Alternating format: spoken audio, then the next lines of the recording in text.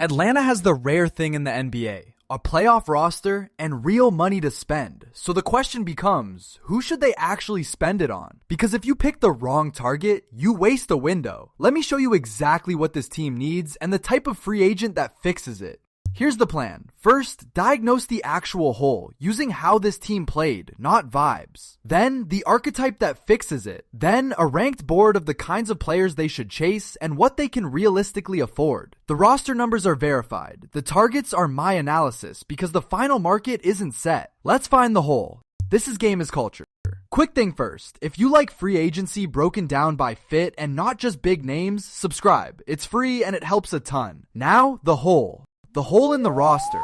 Start with the clue hiding in plain sight. Atlanta finished 9th in defense and 5th in three-point shooting, both excellent, but they finished only 14th in offense. How does a great shooting team have a middling offense? Simple. When they traded Trae Young, they traded away their entire half-court shot creation engine. They have shooters. What they lost was the guy who gets them open looks. And that's exactly what showed up in the playoffs. Against the champion Knicks, Atlanta's offense bogged down in the half court, where you can't run and you have to create a good shot against a set defense. Jalen Johnson is a brilliant connector, but he's not a primary initiator who breaks down a playoff defense by himself. That is the missing piece, and it's specific. They need a lead ball handler. The archetype that fixes it. So I scored the free agent market on the two things Atlanta actually needs: shot creation and fit next to a young defense and shooting team. The top right corner is the dream, a guard who can create his own shot and run an offense without needing every possession or killing the defense. That's a specific, valuable player, and it's exactly the lane Atlanta should fish in.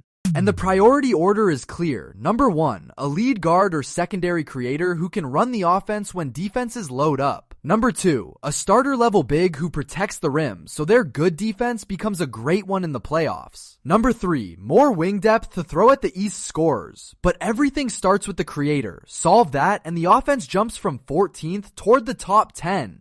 And don't overlook need number 2, because it's the difference between a good defense and a championship defense. Atlanta finished 9th on that end. Very good, but a lot of that came from team effort and switching, not a true rim protector erasing mistakes at the basket. In the playoffs, against a great half-court team, you want an anchor who guards the paint. A starting caliber, mobile big would push their defense from top 10 toward elite and protect Johnson from having to do it all. And here's the principle that should guide all of it. Fit over fame. Atlanta already has its identity, defense, shooting, and a connective star. The wrong move is adding a name that fights that identity. The right move is adding the missing function. A creator who also defends. A big who also moves. Every dollar should buy something this roster doesn't already have, not a flashier version of what it does. What they can afford.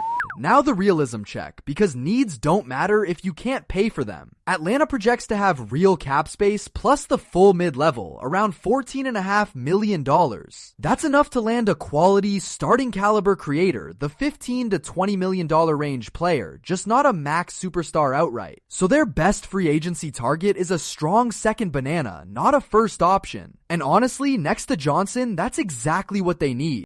Quick halftime note, if you want the realistic version of free agency and not the fantasy, stick around and subscribe while you're here, it's free. Now, the trap they have to avoid.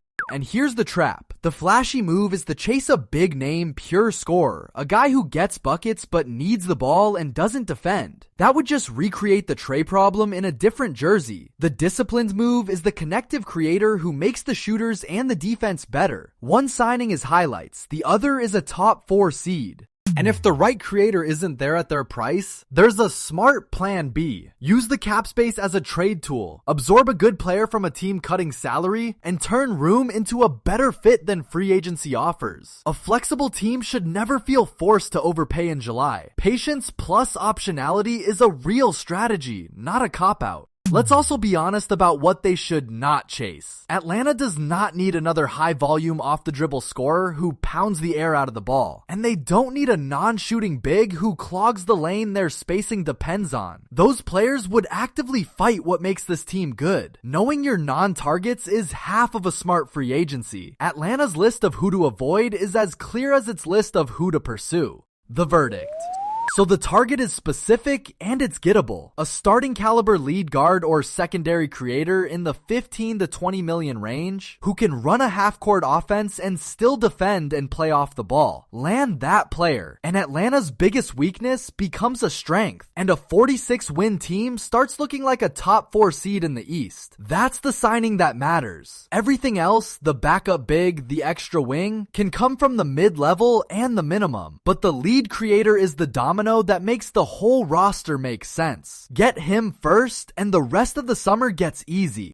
And think about how the right creator changes everything else on the roster. Atlanta's shooters finished 5th in the league in three-point percentage, but a shooter is only as good as the looks he gets. Add a guard who bends defenses and collapses help, and those same shooters go from good to deadly, because now they're firing off of drive and kicks instead of broken possessions. One creator doesn't just add his own points, he multiplies the 8 shooters already in the building.